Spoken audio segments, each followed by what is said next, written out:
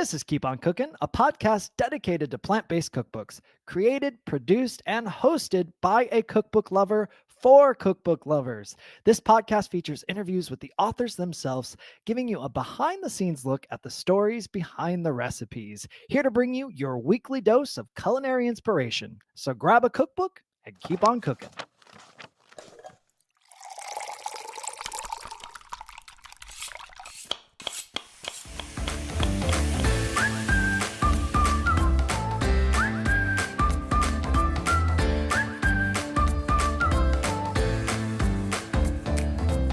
I'm Dustin Harder, and this is Keep On Cooking.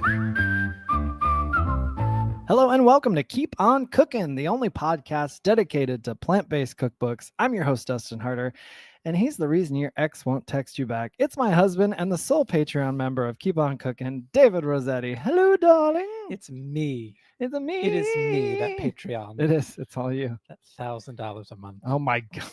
That, please, anybody.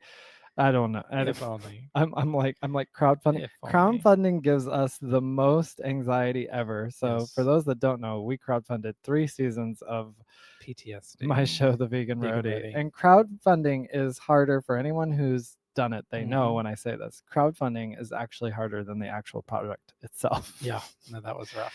It is a wild ride.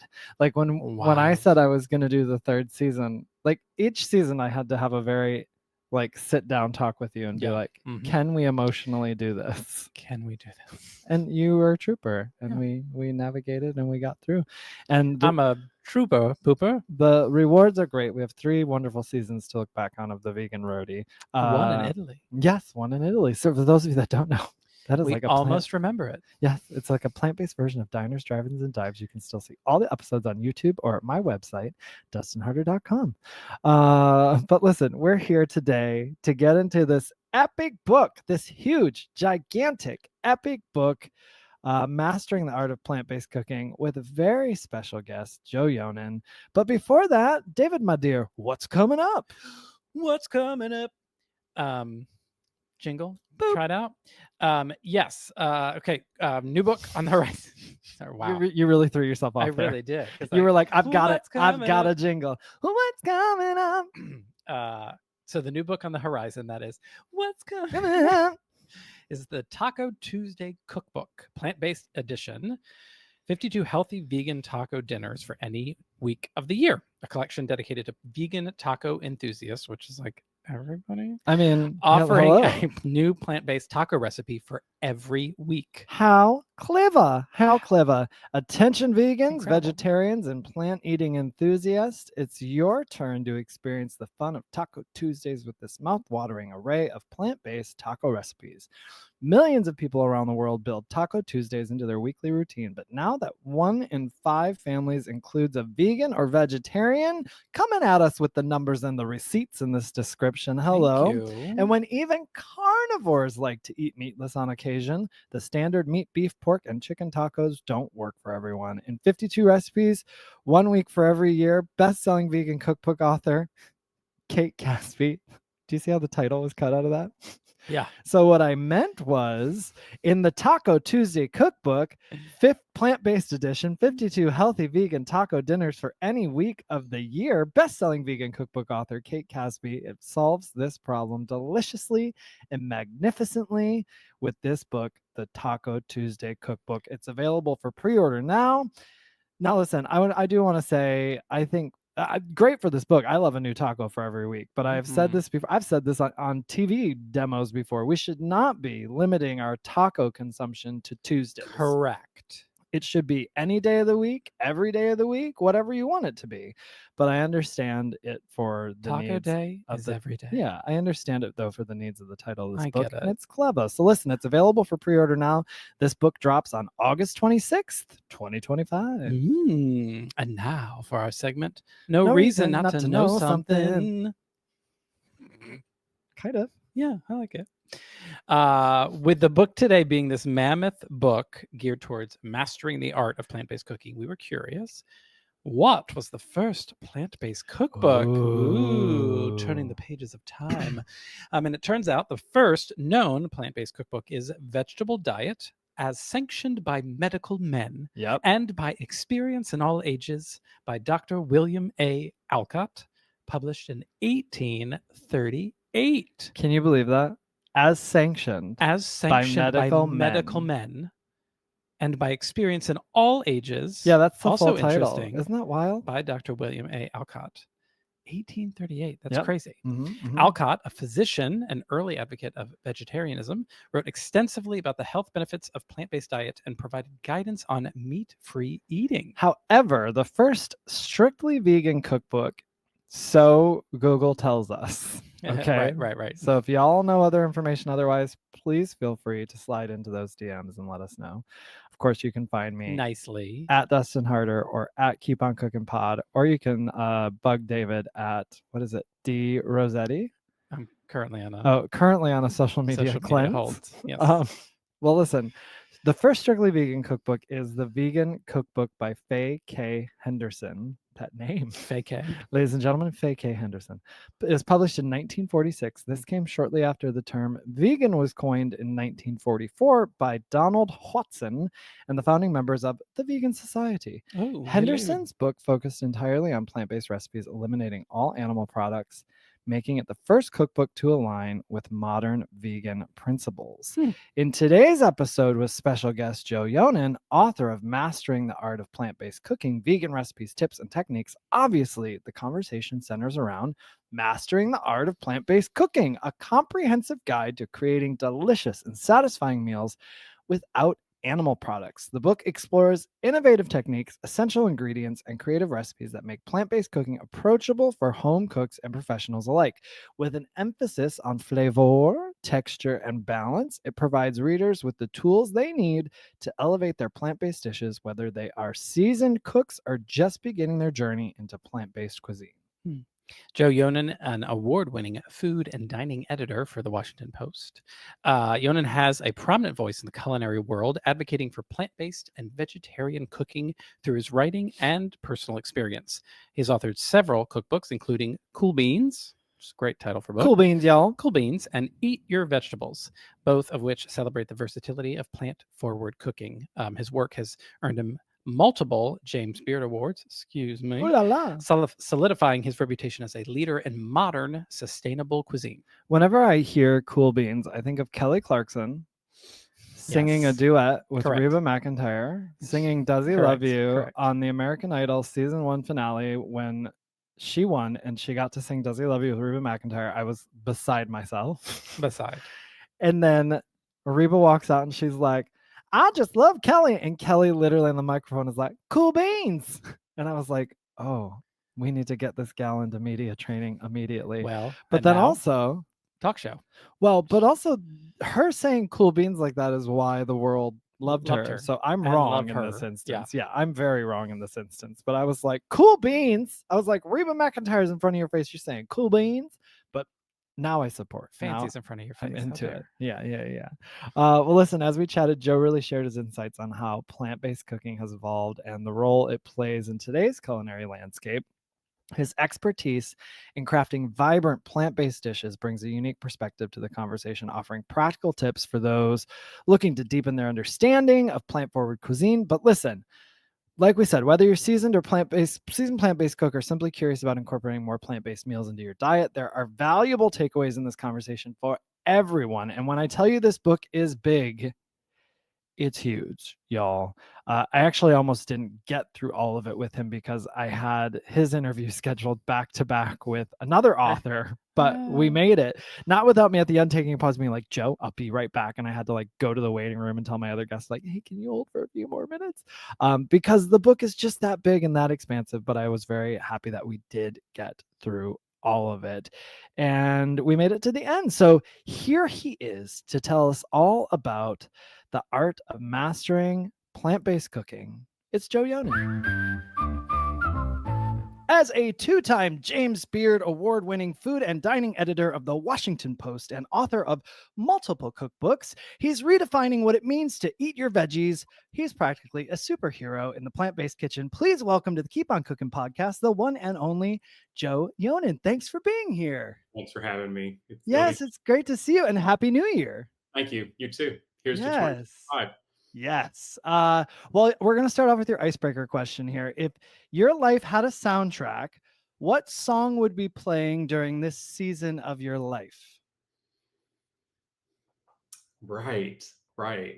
I mean, I'm so tempted to pick something from Wicked just to be current, but um, You'll die when you hear my answer. I couldn't help it, but go ahead. oh, there you go. No, I think do you know that song "Lovely Day" by Bill Withers? I've been listening to Yes. that a lot lately, and that feels like a good one because sometimes you just need to get in that mindset in the morning, especially when you're facing all the things that are happening now. Yes. Um, Yeah. and you just need to just sort of look at yourself and say, I'm just gonna make this one good. I'm just gonna try to make this one good, no Yep. matter what is going on out there. So I've been listening to that a lot lately, just to get myself Whew. I love hearing that. Everyone, we're recording this on the 2nd of January, and January 1st for me, I woke up and I was like, what's going on in the world? And I mm, really wish I sat with the feelings and I sat through it as opposed to trying to jump over it. But it would have been nice at the end. I should have pressed play on that song. It would have been a lovely, tomorrow. yes, yes, yes, yes, yes.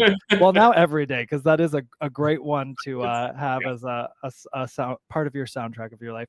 Well, I mean, I am being cliche as can be because I couldn't think of another one but Wicked right now because I was like, I'm in a very transitional spot career wise and everything. And I was like, it's defying gravity. you Like it find just is gravity. what it is, you Clearly are. know? You clearly are, Dustin. I can see it from here. Great, great, great. Okay, I'm radiating defying gravity. Good, good. I hope we all are. Well, you're here today to chat about your newest book, Mastering the Art of Plant-Based Cooking, Yeah. Vegan Recipes, Tips and Techniques, which came out in September of 2024. Now, before this book, you gave us Cool Beans, America the Great Cookbook, Eat Your Vegetables and Serve Yourself. Now, before you were a food writer for multiple outlets, what was your history in cooking? When did cooking start for you, and when did it swerve into plant based for you? Oh, wow. Okay. Well, I've been cooking since I was a kid. And I think it's really started when I was 8 years old, and my parents had been divorced for a few years. My dad was in the Air Force, and my mom was bemoaning the fact that when they got divorced, she lost privileges to shop at the discount Mm, base commissary, the discount grocery store. But she was very resourceful, and she realized that there was a loophole, and that was that her kids, his dependents, did not lose privileges. So at age 8, she started taking me to the store, and with a list and cash, and I had this little clicker counter thing. And if I got everything on the list, I did all the shopping for the family, obviously. And if I got everything on the list and came under budget, I got to pick out something for myself. So I learned how to comparison shop and, make evaluations about the different products, the trade-offs between price and quality, all that stuff. I started thinking about more, and I then started becoming curious about what was happening to those things once they came back into the kitchen. So I started really bugging her to let me in the kitchen and let me cook. I mean, a lot of it was at the beginning was just me being super fascinated by her stand mixer. I don't know, it was just because it was a machine. mm-hmm. I thought it was cool, but I always wanted to. I had very strong opinions about the fact that she didn't whip the cream long enough. I was very upset that it wasn't as thick as Cool Whip. That was my standard up Mm-hmm. to that Sure, point. sure, Cool Whip. naturally. And why was her whipped cream not? And of course, from her perspective, it was I was going to turn it into butter. So she was always there was this conflict between us. But I just started cooking more and more. Uh, when I was a kid, and then through college, getting myself through school. I was poor. I was trying to decide between another 10 packages of ramen noodles or a piece of cheese for a nice treat. And Mm-hmm. in that Mm-hmm. situation, you got to learn how to feed yourself. Yeah, So yeah. I did that, and so it was all just home cooking, no professional cooking experience. I moved into food writing in about 2000. I was working at the Boston Globe, and I was trying to get noticed. I was on the night copy desk, and I had sort of a career crisis. I went for a job that I didn't get, and it was the first or for a promotion at the Globe, and it was the first time that that had ever happened to me. And I was used to getting what I wanted, and so it kind of shook me up. But at the same time, I realized that I was relieved, and I should have been devastated. And then that started me down this path of realizing that I Mm. wanted to make a change. And so I very quickly realized that food was my favorite subject, and that my favorite stories that I had written had been about food, and my favorite interviews had been with chefs and other home cooks, and on and on. So I just turned my uh, journalism career toward food. I didn't leave newspapers. I just wanted to, I'd paid a lot of dues to get to the Globe by that point. I didn't want to give all that up. So I just went to cooking school at night, and no, I'm sorry. I was working nights. I went to culinary school during the day, and went to the Globe at night. It was a grueling year, but it was great. Yeah, I would be in class for the cooking school lecture like by whatever 7:30 in the morning, and then Uh-huh. a couple hours of lecture, and then we would be, of course, in the kitchen all day. And by about 4 o'clock, I was rushing to finish mopping. We cleaned everything. I was Mm-hmm. rushing to finish mopping so that I could make my way through Boston rush hour traffic to the Globe to start my shift at 4:30 at the paper that went until 12:30 that night. So it was. Then I turned around and did it all again the next day. So it was a lot, but it was great, and I loved getting the sort of organized culinary training, uh, Mm-hmm. and I loved the school, and then I just started, writing about food as much as I could, and trying to get people to put me in food journalism jobs. Yeah. So yeah, Oh, that's great. I love that when you were shopping when you were younger, you had that incentive of like, if I can budget this appropriately, right, then I can buy whatever I want after that with right. whatever is left over. I think that would help a lot of children maybe get familiar with grocery stores and Yeah, shopping for themselves and yeah, everything. yeah. And That's really great.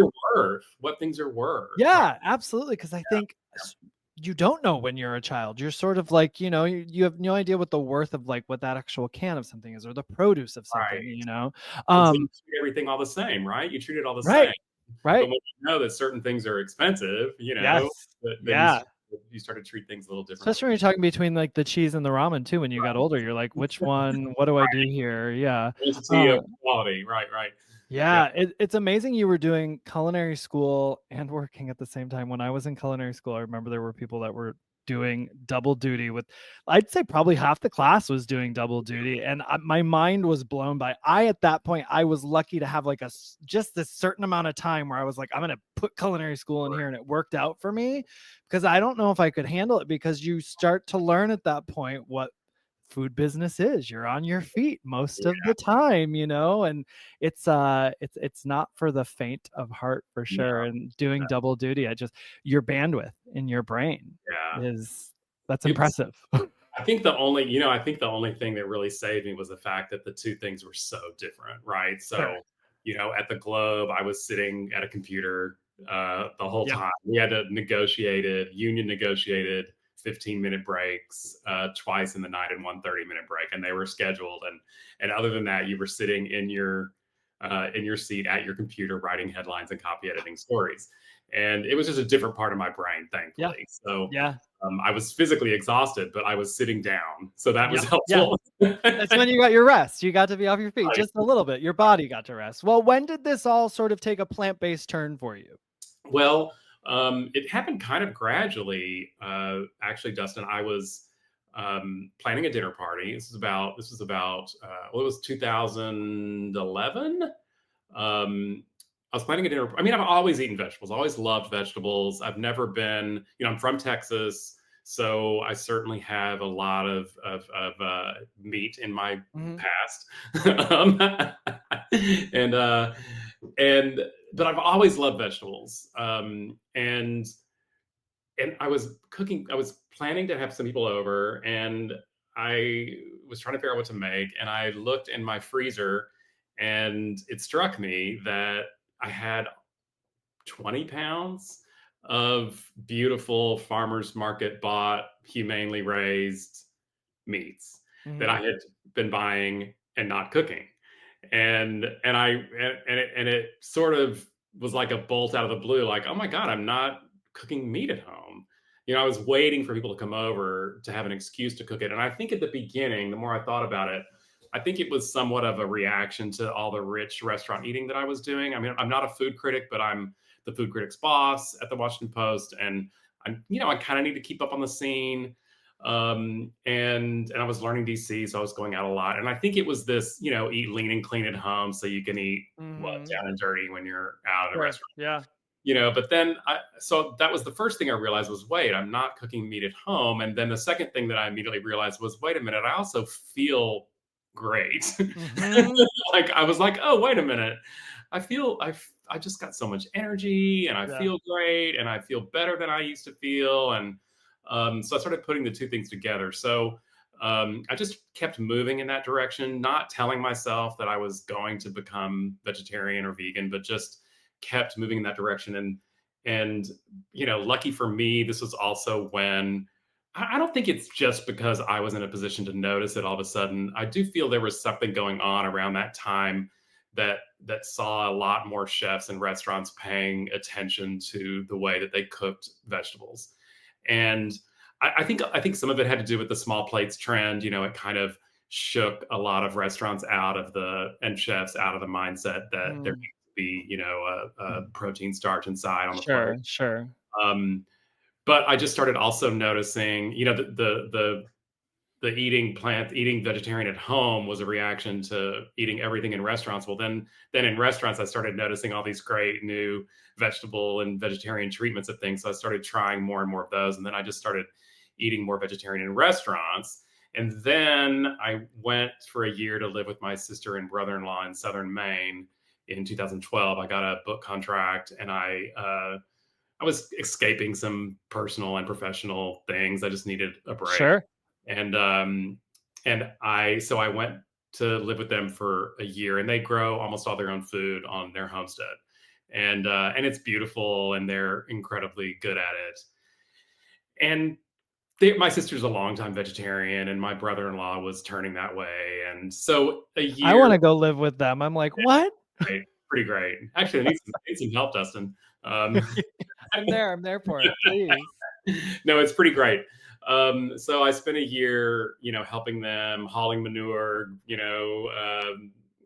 just harvesting, planting, all that stuff. And cooking. And my sister's my favorite person to cook with. And so, that pretty much cemented me. I just enjoyed so much cooking all of the things that we were growing on the homestead that when I came back to the Post after that year was over, I was pretty much there. So that's when I, quote unquote, came out as a vegetarian. I called it my second coming out. There you go. Both because I like the two-way pun that it was my, because I came out before. Yep. A lot of things reminded me of it, but also I just like the idea of saying second coming out. I don't know. Sure. It's a combo Jesus vegetarian joke. Yes, exactly. Yep. But yeah, so I, told everybody and wrote about it in the paper, and dealt with all of the reaction, and there we were. But how did your parents deal with your second? I know. They were like, "Where did we go wrong?" Is it a phase? Is it just a? Is it a phase? Is this a phase? This plant-based business a phase? Oh gosh, that's great. I mean, I'm lovely that you got to have. It's amazing. Your sister has this land, and you're able to experience that and have that. Just sort of get sparked by that. I love that so much. When you were vegan, I ask all of my authors this, what was the first plant-based cookbook you can remember cooking out of the most? Oh, wow, that's such a good question. It's funny. I think it was because I had lived in Austin. I went to UT Austin, and I was there in the 80s, and it was the slacker era. And, my sister has this, she's a former big time hippie. So I've always had kind of an affinity for, like the Moosewood cookbook. Was a long time favorite. I just liked those hippie people a Yeah, lot, and yeah. I liked a lot of that food.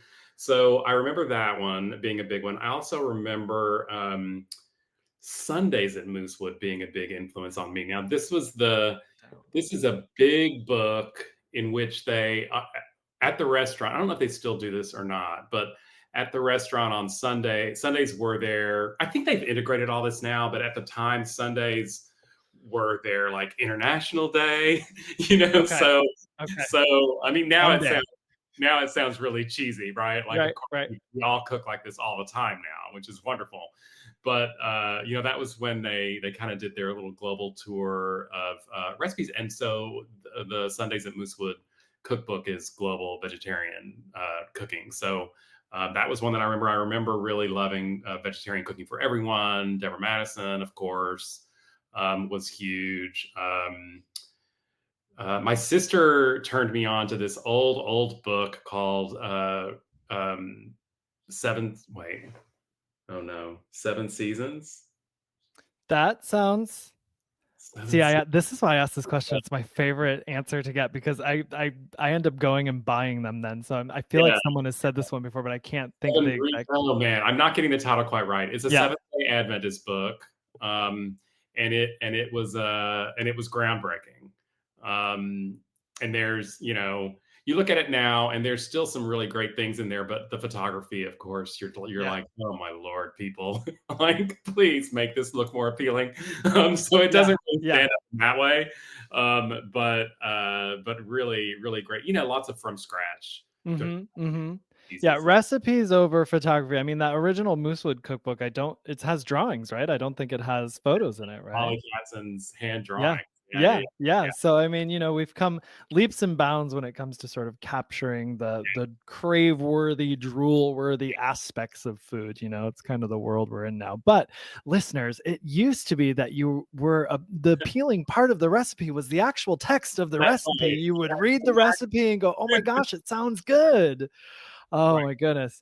Well, listeners, I will warn you, this book has 500 pages with over 300 recipes. I know I usually mention most of it, if not all of the recipes in every chapter, but it's just not possible with this gorgeous, expansive piece.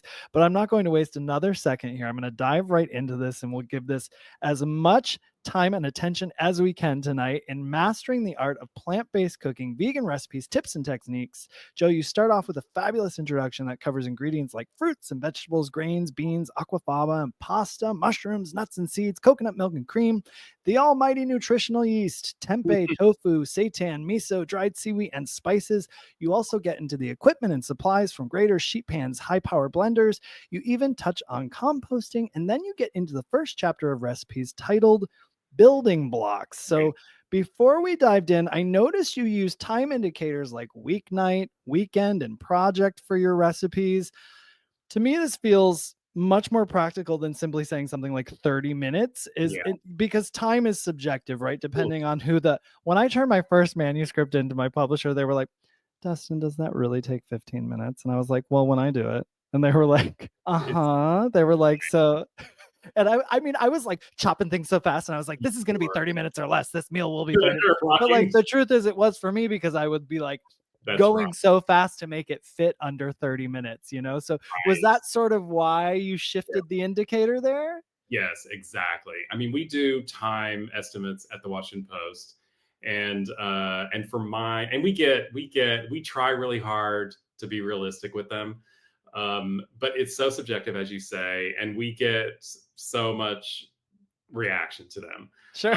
When I'm timing my own recipes for the Post, I tell people that I do the opposite when I'm timing it. I like start the timer, and then I'm like,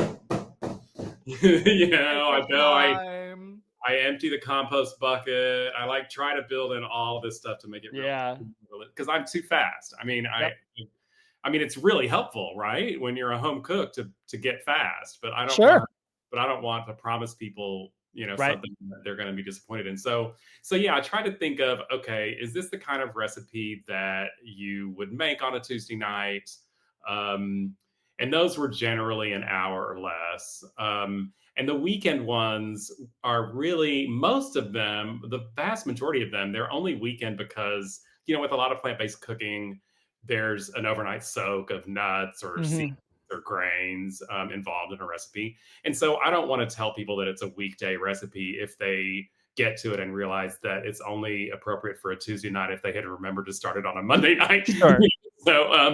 So those are most of the weekend recipes. And then the projects are, the ones that maybe there's just multiple elements involved and maybe multiple cooking methods and different, like a layer cake with where you're making the filling and the ganache and the cake, that kind of thing. Yep. I love a project one because for me, when I'm looking through cookbooks, especially like this, I'm like, I'm learning something from the whole book, but when I see one that says project, I'm like, ooh, like, my hope is that I'm going to finish it and be like, feel very accomplished. And like, I learned something in the process. And so I just kind of loved that indicator for that, because it's also the kind where you can kind of like, maybe look at, whoever you live with and say, hey, do you want to cook together this week and like do a little like project? I saw this recipe. So to me, those are really fun to have in there. We're starting with building blocks, everyone. So listeners, this is 83 recipes in the building blocks chapter. And there's items in here everyone can use, like endlessly customizable nut or seed milk, oat milk, pumpkin seed, tofu, sweetened condensed coconut milk, umami pack, cashew parm, cashew queso, wild flour, cider syrup. What, listeners, do you hear that? Cajun seasoning, za'atar, nacho nooch, Chinese style chili crisp, miso dressing, tahini dressing, creamy herb, tofu dressing. Now, is there a recipe or two in here that's frequently used in your home as a building block recipe or as a staple? Yeah.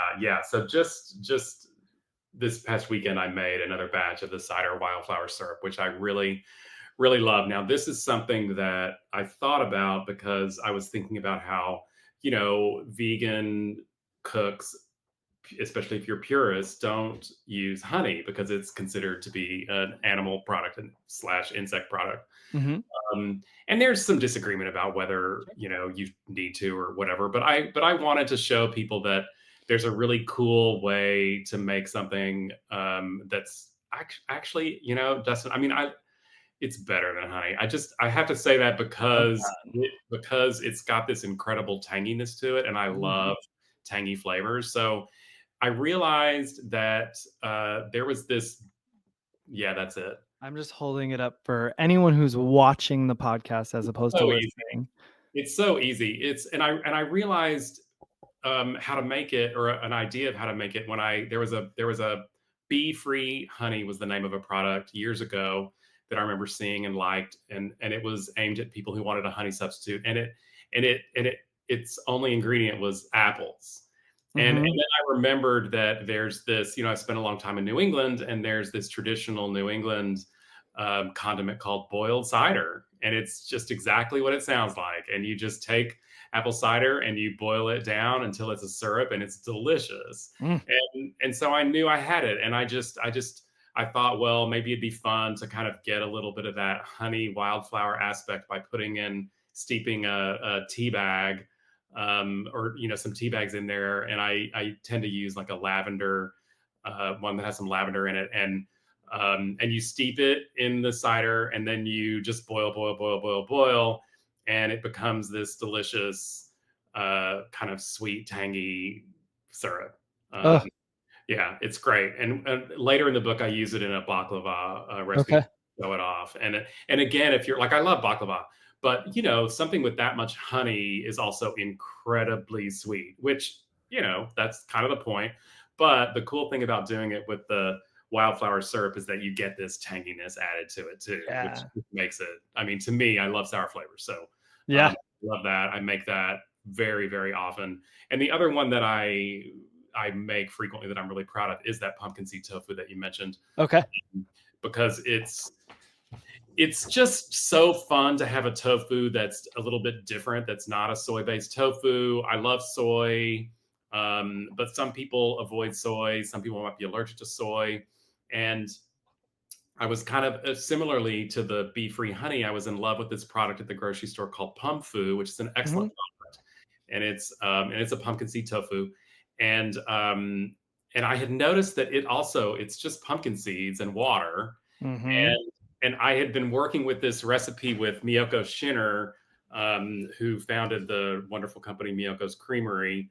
I had worked with her on some recipes for that chapter, and one of the ones that we worked on together was for a pumpkin seed ricotta, which is really great. And when I was making it, it's kind of magical because it forms curds without any acid. It just like you cook the pumpkin seeds, you blend up the pumpkin seeds and boil them, and they start to form curds. And I very quickly realized that if it could make ricotta, then I could press it and it could make something similar. So I drained it and pressed it and turned it into the tofu, and I love it. The texture is really great. Of course, as you can imagine, when you pan fry it or roast it, because of the nut content, it gets this really great crust. And it's fantastic. I saw it in here, and the picture too to me is such a beautiful photo. All the photos in here are so great, but I particularly that one I was like drawn to. I was like, oh gosh, that looks delicious. And I also think, again, when I think about, I don't know how this one is labeled. Is it labeled project? Do you know? Oh, I could look in there and see. But because to me that like that'd be like one of, again, where I would finish it and I would feel very accomplished by having created my own tofu essentially. Weekend. It's a weekend. Okay, great. Weekend one. There we go. All right. We've got this roasted tomato ketchup in here. Sounds yummy. And what is zucchini guacamole salsa? Oh yeah, isn't that fun? So Yeah. So Dora Stone, who's a wonderful vegan Mexican American writer in Texas, who has a cookbook coming out. She's fantastic. She has a brand. Social media brand called Dora's Table, and her food is great. And she realized that she wanted to try to replicate this salsa that she would get on the streets of Mexico City, but that's avocado based. But so often when she would want to make it, she wouldn't have ripe avocados.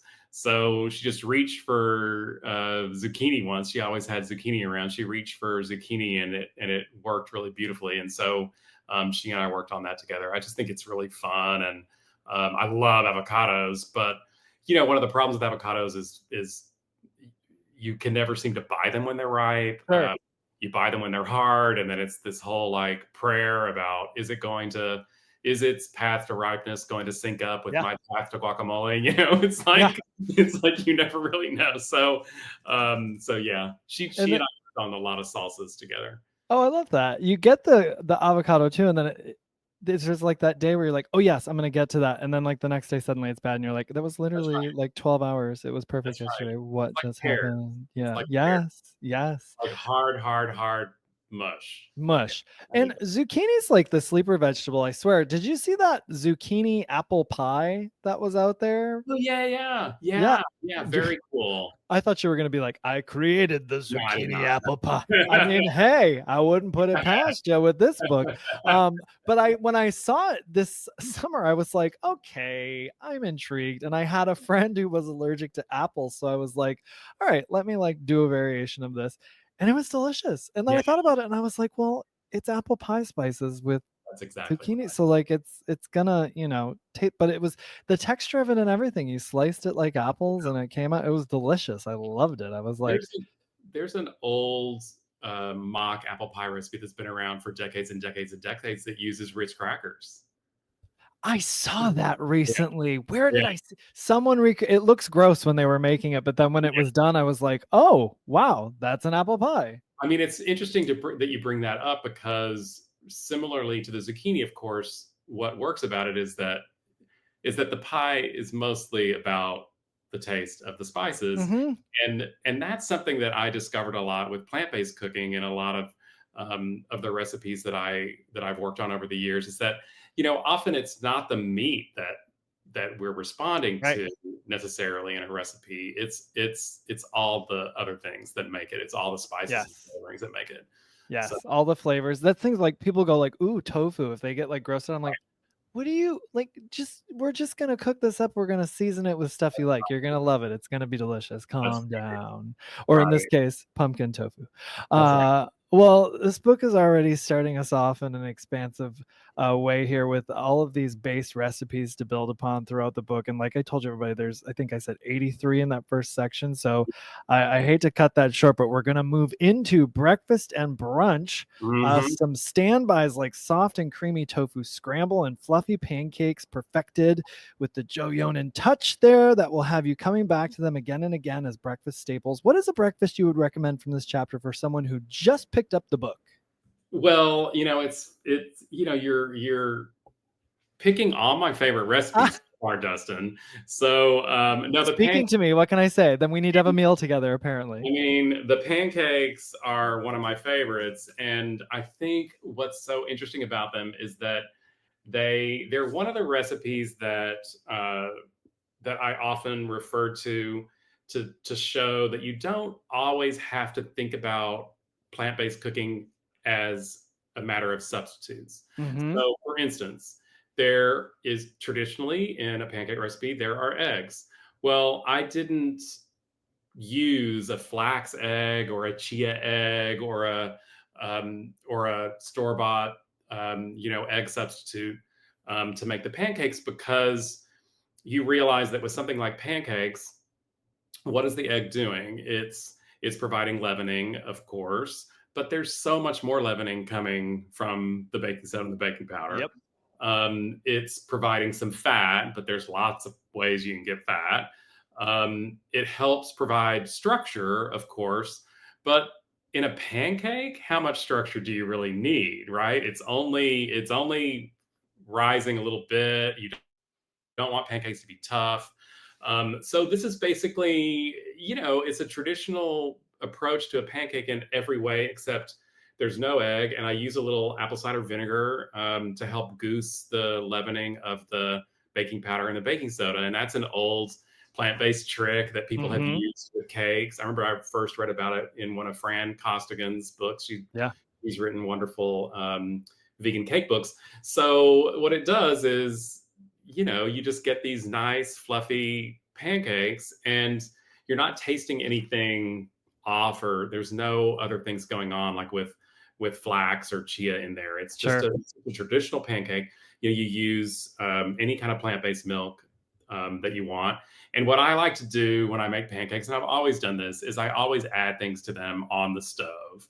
So, I put one down and I top it with sliced bananas and before I flip it over, or bananas and walnuts or blueberries or Yep. all sorts of things. So I gave people a lot of options for those, some different spices you can put in, pumpkin five spice, cherry pistachio, that kind of thing.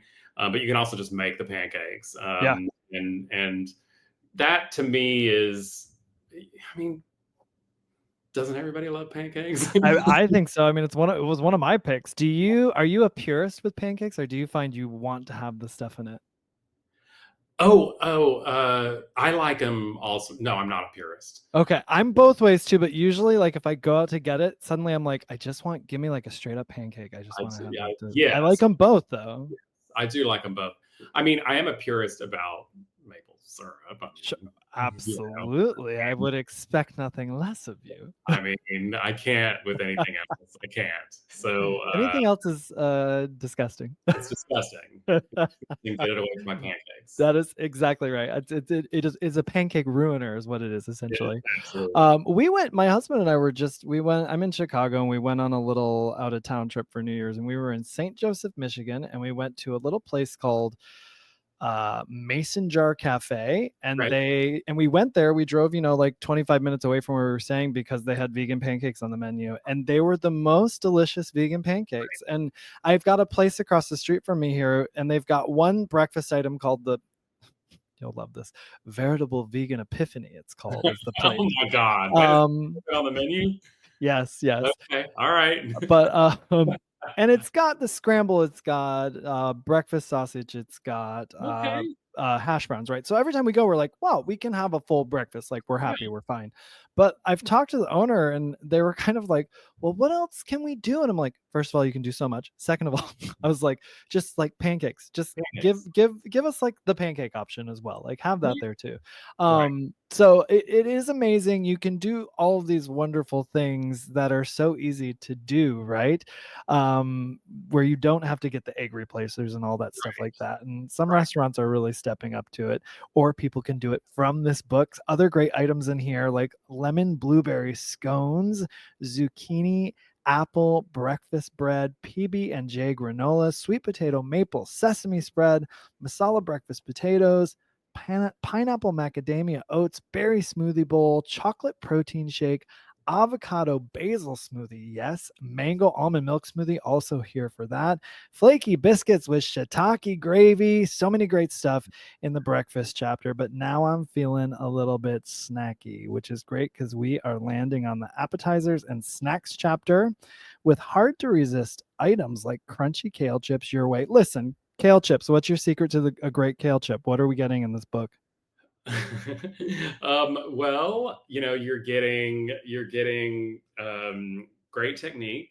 So you're getting lots of options. So you any of the spice mixes in the building block chapter of the book are great on these. But the thing is about kale chips really is just that you just need to get the kale really dry, and you need to not overcrowd the pan. It's kind of Mm-hmm. one of the secrets to roasting anything very well, right, without steaming it. So that helps you get it crunchy. And then while they're still warm is when you sprinkle the toppings on. And I don't like to put all the toppings on in advance. I like to wait until they're done. And I mean, there is the classic nutritional yeast kale chip, and you certainly can do that. I've got in the building blocks chapter, I also have this nacho nooch that's Mm-hmm. spiced up nutritional yeast, and that's great on these. So yeah, you're just getting options. Yeah, lots of options there for that, which is great with kale chips. Yeah. Yeah. Roasted pumpkin seeds in here, spicy fried plantains, caramelized onion dip, spicy sweet lotus chips, garlicky Greek yellow split pea dip, smoky eggplant harissa dip, hearts of palm ceviche. So let's say I'm having a group of people over and I want to feed them something delicious snack wise, some snacks and appetizers. What's a couple items from here I could put out that would wow the crowd, no matter if they're vegan or not? Yeah. Yeah. I mean, I really love the caramelized onion dip. I think that's a good one. It's classic. Everybody likes caramelized onions, and it's really easy to do. You're just using cashews and hot water, and you're blending it up as the base, and then you're caramelizing the onions, and you're adding a little baking soda to the caramelized onions to kind of speed it up a little bit. And then there's some wine and seasonings, and it's great. And it tastes, indulgent. And if you're one of those dip for dinner people like me, it's super, super, super fun. I also really like I like everything in the book. Of course, of course. But I also really like the crispy tofu nuggets with the ranch-ish sauce. And that's one of the places where I wanted to show people what happens when you freeze tofu, Yes. which is really kind of fun if you've never done it.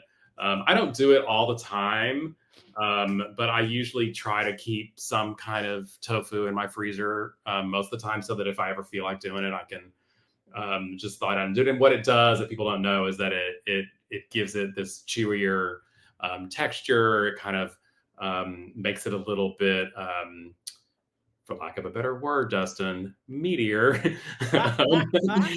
and I like to dredge it in a buttermilk, so-called buttermilk mixture. Yeah. With buttermilk and a little poultry seasoning, which is a little trick to kind of give it that chicken sort of esque thing. And then the dressing is ranch adjacent. So and you're frying them, and who doesn't love fried little things that dip in a ranch sauce? So that's something that I would say would please a lot of people. Absolutely. And it gives it that, just like you said, that meaty sort of like chicken nugget texture, really.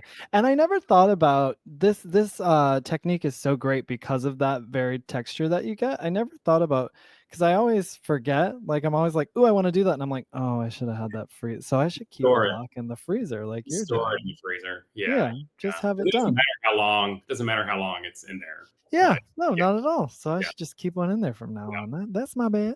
Well, salads get the attention they deserve in this book with a hefty list of mouth-watering, ingredient-savvy creations that really lean on the abundance a garden can offer when done right. I'm talking about grilled asparagus and fava beans with caper garlic dressing, asparagus with crispy ginger and garlic, salad of asparagus and snap peas 2 ways, tomato and peach salad with rosemary, lime, salt, tomato watermelon salad with sumac and lemon, and tomato and fig salad with smoky chili oil. Is there a salad in this chapter you found yourself gravitating towards since you wrote the book?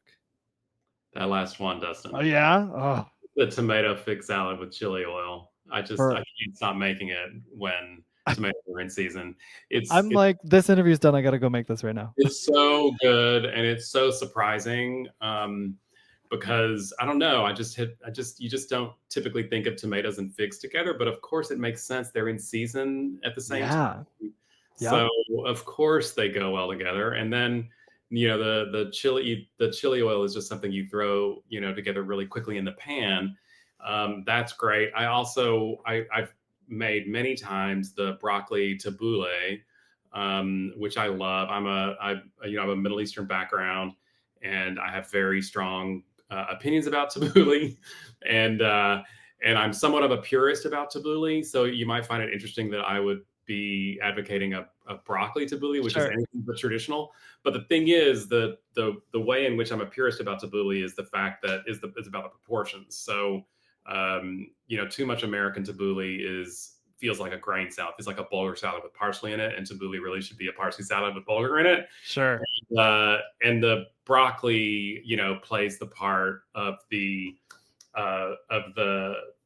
bulgur, really. So it's really delicious. It sounds delicious. So, I mean, really just so much great stuff in here. Orange and endive salad with toasted quinoa, tomato bean salad with tomato vinaigrette. Ugh. Peach chow. What is peach chow? Yeah, it's like it's a salsa, really, in a way. I mean, there's in some cases it's like how do you categorize some of these recipes, and it can be with this many recipes, it can sometimes be a little tough. Sure. Peach chow is one of the ones it's a snack, but it's basically like a, a coarse salsa. So it's mangoes, and this one has peaches instead of mangoes, but traditionally it's like underripe mangoes, and a ton of fire. So lime, cilantro, mint, but a little habanero for fire. That mint in there too. It's great. Delicious. I am a huge fan of the combination of mint and heat. And I feel like people don't realize how incredible it can be. Yeah. And I don't remember the first time I had it, but I remember being kind of blown away by just the connections on your palate. And I don't know if it's because mint has that slight peppery Sure. kind of note to it, but and of course the cooling, right? So mint Right. was cooling, so to have it with something I can't get enough of the combo. So this does that. I just got into using fresh mint more probably in the last like 3 or 4 years. And it's one of those things where I go, ooh, maybe I'll add some fresh mint. And when I do, I'm always satisfied. And it's always just like the perfect little like addition to something that Never really, wrong. It's never wrong. You're never wrong. yeah, it's amazing like that. Well, now we have soups and stews, which might be a favorite chapter of mine. I love soups and Yeah. stews because they're so comforting and satiating. So when you think of comfort, what is one that comes to mind for you from this chapter? Well, I mean, chili, of course. Chili is a big one. And there's a lot of history to the veggie chili.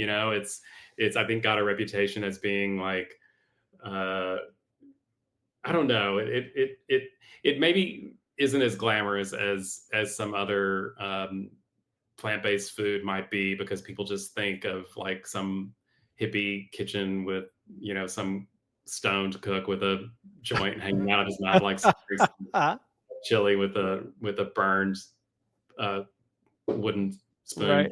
Right. Um, but I love making it. I make it off the cuff a lot. But the one formula that I've sort of found myself gravitating to over and over is this one that combines beans and sweet potatoes. And I just love it. I love it for the texture and the heft of it. Sometimes I feel like with chilies and with particularly with veggie chilies, which is of course all that I eat, they can sometimes feel kind of thin, and you almost want to eat them over rice. And to me, that's like not a chili. And I'm from Texas, and I'm kind of I have strong feelings about chili. You have standards. You have chili standards. Yes. It's okay. I really do. So here, I love this formula and the combo, and I wanted to give people, a lot of places in the book, I'm trying to give people master recipes, kind of templates with then lots of ways to take it. So here, like I'm suggesting that you could do black bean and sweet potato, and I give you the spices, chipotles. You could do kidney beans and plantains. You still get that like sweetness. Chickpeas and Yukon Gold potatoes to have more of a kind of a Santa Fe, like a green, white chili kind of vibe. So what I wanted was for you to read a recipe like this and not only know how to make this chili, but also just how to think about making plant-based chili. Yeah. It's the whole teach a man to, well, I can't really say fish, can I? Because you're not right. fish. Teach a man to grow. There you go. So the chili I think is key. I also love ramen, and I'm really proud of the sunflower ramen recipe in the book, based on a sunflower milk, which gives you this just incredible rich mouthfeel that's reminiscent of the pork tonkatsu. So kind of a real richness to it. And I garnish it with sunflower sprouts, which are one of my favorite sprouts because they're big. I like big sprouts. I don't know. And I just love a noodle soup. So that's really fun for that. But I also there's another templated recipe in there for a nearly any vegetable coconut soup. And it sort of delicious. Walks you through like how, just the combinations of vegetables that you can eat, really anything. And just then how you would combine it with the aromatic base and the coconut milk and how it would come together. It's funny, I taught a cooking class in Texas, and the prep cooks who, prepped all the stuff for the students, I demoed, and then they ate the food that the prep cooks made. They misunderstood that recipe, and I had listed a bunch of options for vegetables, and they basically put them all in there, and like it was an or, and they took it as an and you know what, Dustin? It was incredible. It just basically proved my point. It was so delicious, and it was a combo that I wouldn't have done. It was like butternut squash and sweet potatoes and corn. And oh my gosh, put the corn in there, but it was great. So I think it proved the point. I love that so much. That's happened to me where then you're like, you pick this or that, and then suddenly it's like, or all of it. Okay, we will be abundant this evening. This will be great. Oh, that's so good. Well, that moves us into bowls. Must try recipes in the bowls chapter. Lots of great things in here. Steamed veggie macro bowl, fried rice with vegetables, sambal green bean and tofu stir fry. Just some really awesome satiating bowls. Mushroom risotto with pine nut butter, wild rice and quinoa bowl. And I love bowls because it always feels like the perfect roundup of nutrients. I'm always satisfied, but never too full. And they're always so fun to build. So what's a bowl in this chapter that maybe you've seen, the book's been out for a while. Is there one that you've seen people gravitating towards the most? Yeah, I mean, people have been really liking that steamed veggie macro bowl.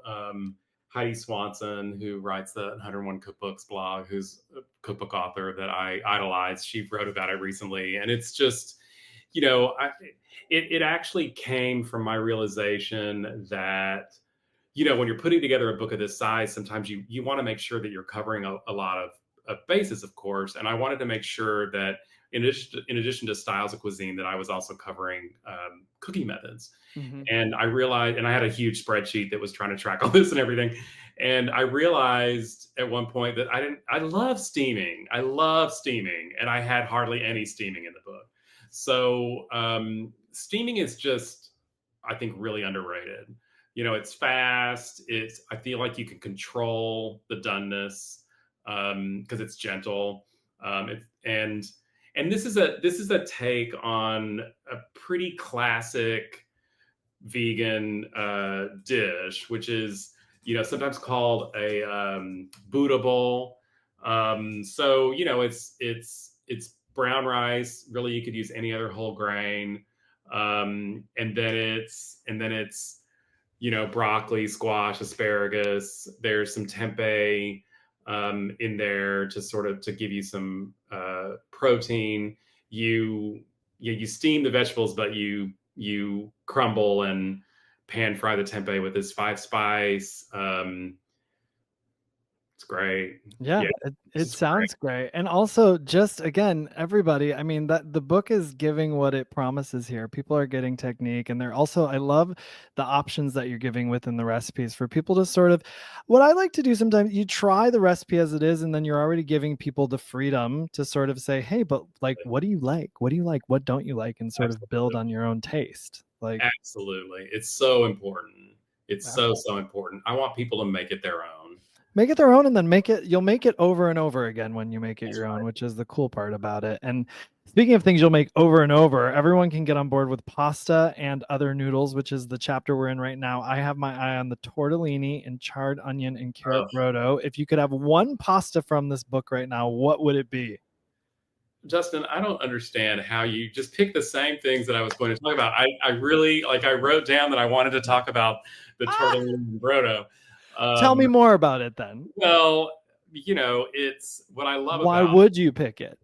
Well, I just love this idea that, to make a broth that's tasty enough to sip with only tortellini in it, that you char carrots and onions in order to get this depth of flavor and this added, really caramelization and that really adds to the flavor of that broth. And then the tortellini, the other thing that I like about it is that it sort of represents the whole spectrum of DIY to store-bought. Now, I'm saying that you absolutely have to make the broth. It's very quick, very easy.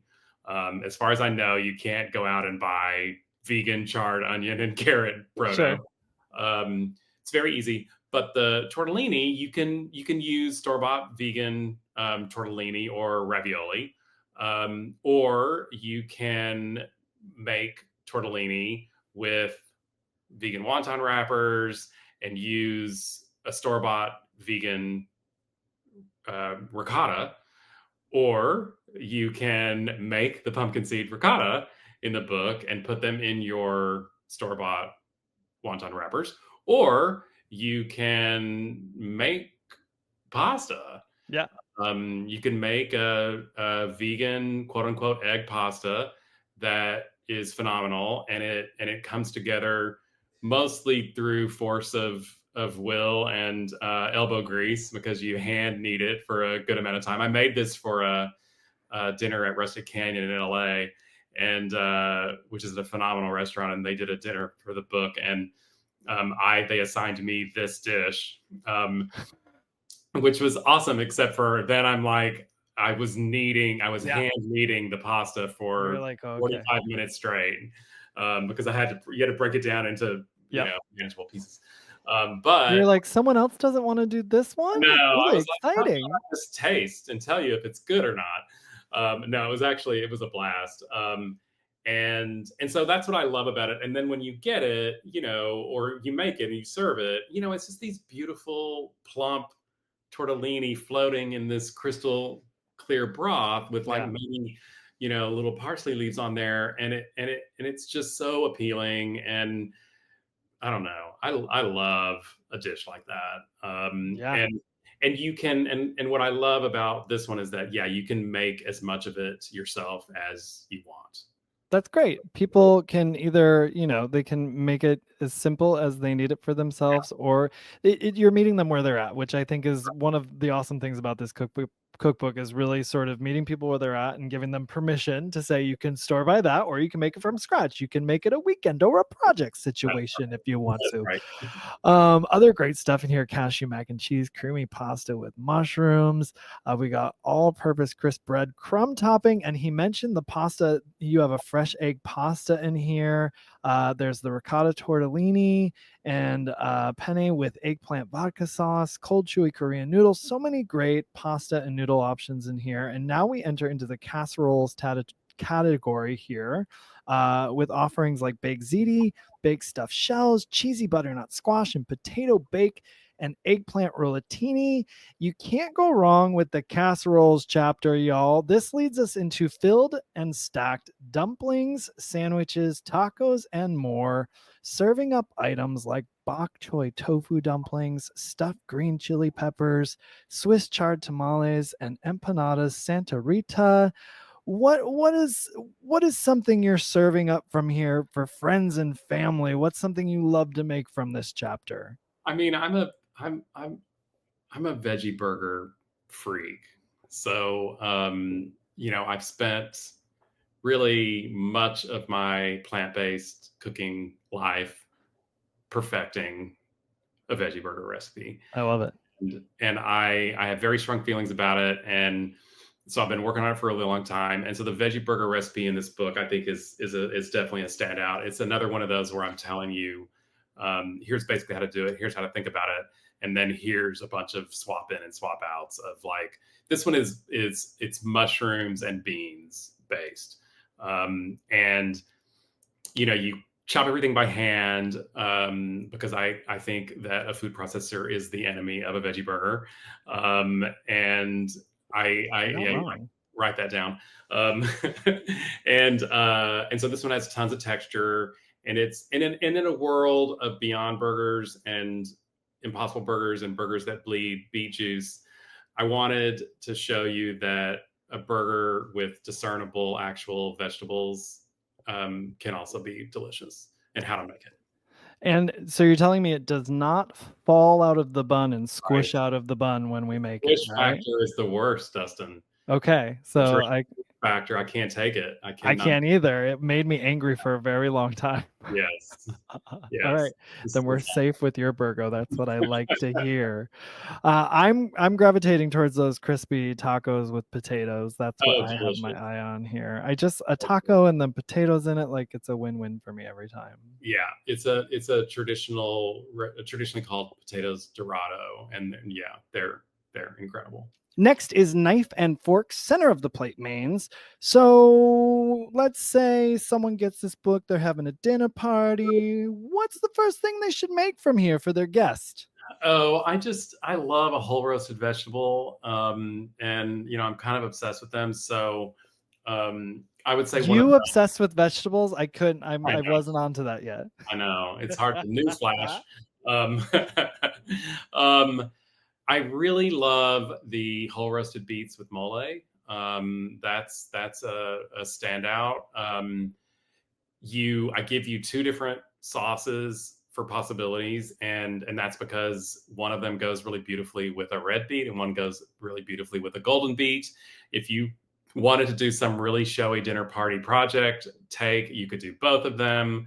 It would just be incredible. When you cut into them, the combination of colors is really stunning. The beets are roasted without being peeled, which I really love because I want to encourage people to peel less for food waste purposes, but also because when you roast a whole beet at a high temperature with the peel on, the peel blackens and it's delicious. And when you cut it with a knife, it ends up being very easy to eat, and it gives you this extra little layer of texture.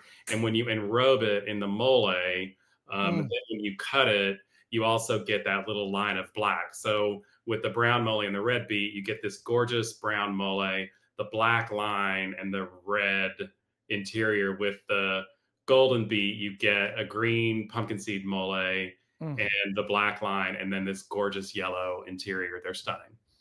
That is with the leaving the skin on too. Everybody listening, that creates a lot more flavor in dishes when the It skin is really on the does. vegetable. Stop peeling so much, people. Yeah, Really, and really stop and ask yourself, do I really need to peel this vegetable? Like, do I need to put myself through that right now? right, Can I save these 5 or 10 minutes? Yes, you right. can, and you're gonna have a more flavorful dish because of it. Yes. Lots of awesome things in here: herby falafel, creamy butter mushrooms, family style tofu, gochujang tofu with edamame mint puree. There we go again with that delicious mint, grilled seitan, zucchini and black bean filling. We've got this tofu shakshuka in here. Just lots of really delicious items in here. And this takes us into side dishes: grains, beans, and vegetables. 3 ingredients that you, my friend, know a heck of a lot about. And I want the asparagus with nutritional yeast and breadcrumbs right off the top, Yeah. but not to be overlooked are some stunners in here: harvest rice, garlic infused jasmine rice, homestyle Mexican rice, pickled spicy garlic scapes, refried beans in here, curried Chinese long beans. So, what's a favorite grain bean or vegetable for you, and what recipe did you feature it in this chapter? You know what I love in this chapter is the agrodolce radicchio. And it's so fun, and I love a bitter green, and I love radicchio, and I had never really treated it like this before, and it's just kind of mind blowing when you eat it. It's so agrodolce, of course, is the Italian sweet and sour sauce, and you roast the radicchio and you serve it in these big wedges, and then it's coated in the agrodolce with some olives and nuts on it, and it's just it's stellar. You've never had radicchio like this before, I bet. Oh, So I know I haven't, and now yeah, I want to. It sounds delicious. yeah, Well, we're getting in the home stretch here. This is the savory baking pizza breads and more chapter. You start this off with a Soka pizza, which just seems irresistible to me because I'm thinking of soccer bread being all crisp and like golden on the outside with like a tender, slightly chewy center, and then served pizza style. Like it just sounds so good. And then right after that is a white pizza with crispy cauliflower and shiitakes that goes above and beyond with a cauliflower bechamel. So, what sticks out for you in this chapter right away? Well, I'm super proud of, and it seems, it's a little bit simpler, even than, and maybe less flashy than some of the other recipes. But I love the classic cornbread in this chapter, Mm. and it proves again that sometimes you just need to think a little bit harder about how to make something, how to make a baked good that's delicious and plant based. And in this case, my big revelation was that I needed to use bread flour. If I used a higher protein Mm. flour, that did the structure that the eggs weren't giving. Otherwise, it's similar to the quick breads, banana bread, or anything else in that it gets the leavening from baking soda. But it's a classic cornbread, a little bit sweet. And then I give you, of course, some ideas if you want to, if you like studding your cornbread with jalapenos or corn or there's blueberries are actually really, really good in cornbread. I don't know if you've ever Oh, I haven't, but I feel that when you said that, I was like, yeah, really good, please. really good. So that's one I really like. I also really like the chickpea black pepper crackers. They're kind of like Cheez-Its for adults. That's a really fun. Great. Yeah, A classy Cheez-It. a classy Cheez-It. Yeah, yeah, yep. I'll take it. I'll take a classy Cheez-It any day. Yeah, And listen, I love somebody tooting their horn on their cornbread recipe because I myself have a couple that like I think are fine. yeah, Right. Like so, and I've had someone else on the podcast who love their cornbread. I will make yours now and I can guarantee it's cool, gonna be delicious. The other person who was like, hey, the cornbread, and I made it, I was like, this is one of the best cornbreads I've ever had. cool, So I cool. need to step up my cornbread game is what I'm learning here. Well, everybody get out your gosh darn post-its because you are going to need to sticker this next and final chapter up. We're at desserts and drinks, and I already must have the chocolate lime olive oil cake with mango curd and chocolate ganache. But please, what's a must-have for you in the dessert chapter, Joe?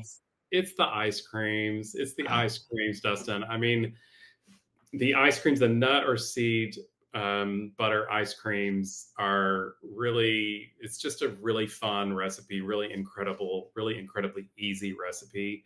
And it came about when I had this delicious tahini soft serve at a at a Middle Eastern cafe in DC called Yellow, which is run by Michael Graffiti, who's this genius chef. And I tasted it, and he told me it was vegan, and I said, okay, I need to talk to you about that. So we worked on that recipe together, and then I kind of realized, well, tahini's just a nut butter in a way. I mean, it's thinner, but couldn't I make a pistachio ice cream by making a pistachio butter? And then I kind of realized, well, why would I use like oat milk or anything like that when I could just make a milk out of the pistachios? Mhm. So basically what you do is you take a bunch of nuts of one kind and you roast some of them and you leave some of them raw. The raw ones you turn into a milk.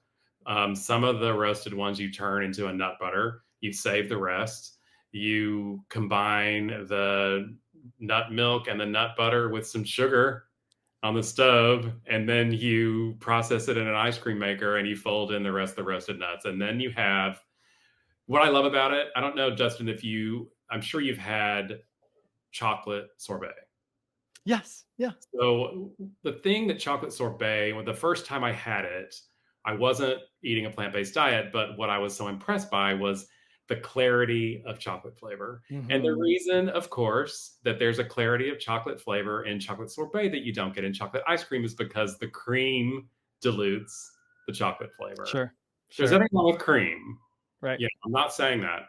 But if you want like purity of flavor, if you're a chocolate lover, make chocolate sorbet. Similarly, the pistachio ice cream, you can make the hazelnut version is amazing. You can do it with any nut, any seed, pumpkin seed, sesame seed, sunflower seeds, walnuts, pecans, anything.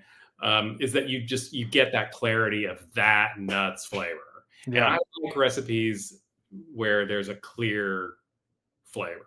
Yeah. Maybe some supporting players, but there's a clarity of flavor. And that's what I love about that ice cream recipe. It's so fun to make, and you can make it a million different ways. And then, of course, I give you lots of like with the tahini ice cream, I give you lots of swirl in ideas and ways to make it fun. There's also a black tahini swirl cheesecake in that chapter that I'm a huge fan of. And because there's no eggs, you don't have to worry about a water bath or anything like that. It's Sure. just it's much easier to kind of bake it, and it's great. It's Oh, just great. so many great things in here. Listen, chocolate, cinnamon, tart, churros, and hot chocolate, citrus cream bars. You mentioned the baklava before, fruit curd 3 ways, frozen lime pie, that delicious tahini ice cream you were just talking about, any berry mousse, oatmeal cookies, tropical banana bread. The list goes on, everybody. And they're all waiting for you. All of these delicious desserts and more are ready to become a staple in your kitchen as you master the goodness of plant-based cooking the Joe Yonan way with this fabulous book, Mastering the Art of Plant-Based Cooking, Vegan Recipes, Tips, and Techniques. Now, Joe, I'm going to ask you, Yes, sir. what is your book brag when it comes to this book? Something you're most proud of when it comes to this book? I feel like the book does what I set out to do, which is elevate and distill and codify plant-based cooking and celebrate it as a cuisine. That was the goal, was to really show people that it's not a lifestyle. I mean, it can be, but it doesn't have to be a lifestyle. It doesn't have to feel like restriction. It doesn't have to feel like subtraction. That it's a cuisine unto itself that's as worthy of interest and curiosity and study and mastery, or attempts at mastery, by anyone, whether or not you're vegan or vegetarian, as much as Spanish cooking or French cooking or Greek cooking or Korean cooking or Vietnamese cooking is. Yeah. So that's what I'm proudest about. It's just getting that message out. Yeah, absolutely. Well, are you ready for your rapid fire round of questions? I guess I have no choice, do I, Dustin? You're stuck. You're in it. Okay, here we go. Texting or calling? Oh, texting, God. God, don't call me, please. I know, right? Why are you calling me? Is everything okay? Just text me that. Quiet morning walk or late night stroll? Oh, quiet morning walk. Yeah. Camping or glamping? Oh, glamping. Oh, yeah. Oh, God, yeah. You're like, please, not even a question. Beach sunrise or sunset? Sunset. Chocolate or vanilla? Oh, chocolate. Is there a word that you overuse that you're consciously trying not to overuse in your writing? Mm. Well, I used to say, and I know a lot of people still do this. I pretty much purged it, but I used to say addictive or Mhm. and I don't like to do Okay. that anymore. Okay. Because I don't want to. I don't. Yeah, I don't want to compare it to something that's really difficult for people in other ways. Sure. Absolutely. Would you sweet or salty snack? Oh, salty. Same meal every day or never repeat a meal? Oh, those are my two choices. Same meal every day, like for how many days? The rest of your life, or never repeat a meal so you can never have the same thing Oof. again. Oh man, that is tough. This is the toughest one. I guess never repeat a meal. I know it's a hard one. It's a hard one. Oof. Yeah. I think that's what I'd choose to, but it is a hard one. Do you prefer a big party or small gathering? Oh, small gathering. And plane travel or road trip? Oh. Hmm. Probably road trip. All Yeah. right. You Yeah. did it. There you Yeah. go. That's Thank your rapid fire. You nailed it. you. Please tell everyone where they can find you on social media and the internet. Oh, I make it really easy on Instagram and Threads. I am Joe Yonan. All right. My website Easy is peasy. joeyonan.com. Perfect. That is easy. Yeah. Well, everyone, you can get your copy of Mastering the Art of Plant-Based Cooking, Vegan Recipes, Tips, and Techniques now everywhere books are sold. And I'm certain you will also love Cool Beans, America the Great Cookbook, Eat Your Vegetables, and Serve Yourself by Joe Yonan. So check those out when you are purchasing this one. And Joe, it's such an honor to finally meet you, and I appreciate you taking the time to chat. Thank you for being here today. Thank you so much for having me, Dustin. This was a really fun conversation. I loved it.